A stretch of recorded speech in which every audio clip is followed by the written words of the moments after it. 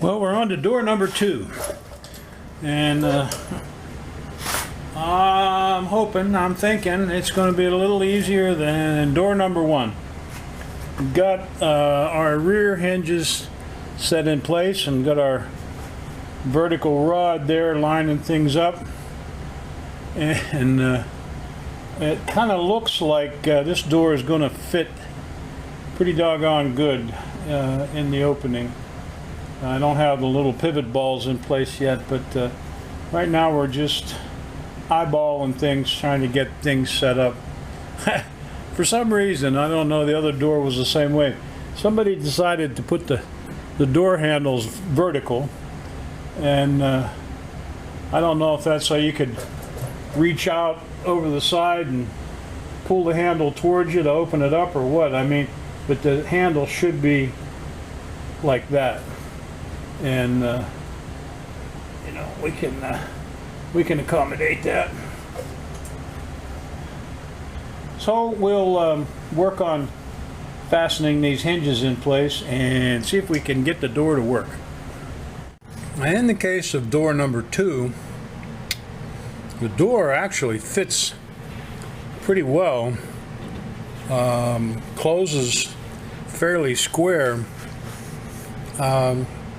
We still have the problem is it's low in the front, so you got to lift up on it to get it into the opening. And the way we fixed that on the other side was to shim the bottom hinge and tilt the door up a little bit, and that accomplished that.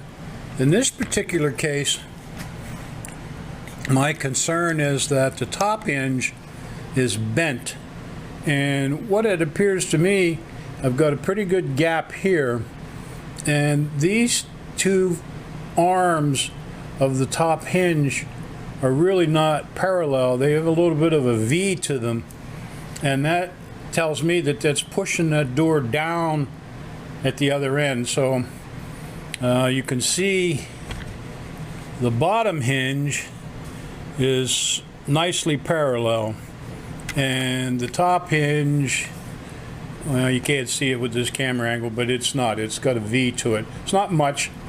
So what I think I'm going to have to do is take this hinge off both the door and the door pillar and more or less squeeze them together to see if I can take some of that V out of the hinge, because if I shim the bottom like I did on the other side, my gap up here is not good, and it's going to be too much. I'm going to see if I can't correct this hinge a little bit on the top and see how that works. Okay, we took that hinge off and did a little vise work on it, got it a little better, but it really still wasn't enough. So what I decided to do next is take this hinge piece off the door, and actually, because it's mounted right to the wood, take a little bit off the wood and essentially move the door back on the hinge, which is what I did. Didn't take much. Probably could go a little bit more. Be careful, and I didn't have really the right tool to do it properly, so I just kind of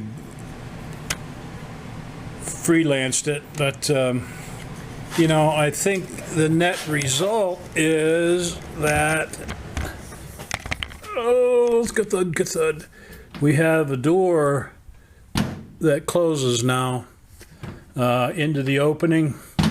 The bottom is out a little bit, but I think I went ahead and put that turnbuckle in the other door, and I think if I go ahead and put that turnbuckle, put one in this door, and pull that bottom corner around a little bit, that's going to help my whole situation here. Get the door, it just needs to twist a little bit and be nice and flush with the cowl piece there. So, you know, right now we've got our magnetic closures holding things in place.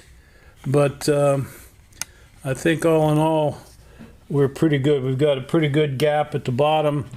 It's pretty even all the way around, and it may need a little bit more tweaking, but I think at the end of the day it's going to work out okay. I'm probably going to take that hinge off again and just work that surface down just a little bit more. If I go too far, I can always shim it back, but it's pretty close.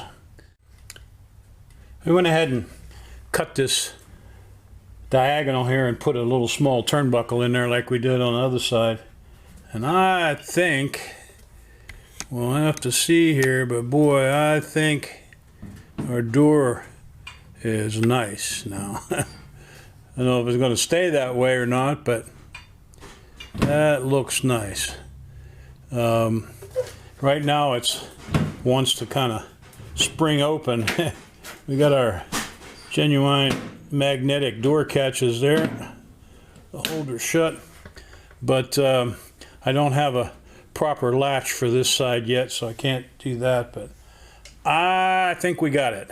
So this ended up being quite a bit easier than the other side. We've got a little bit of a gap up here, but the cowling comes and sets actually down in there, so that'll be just about right.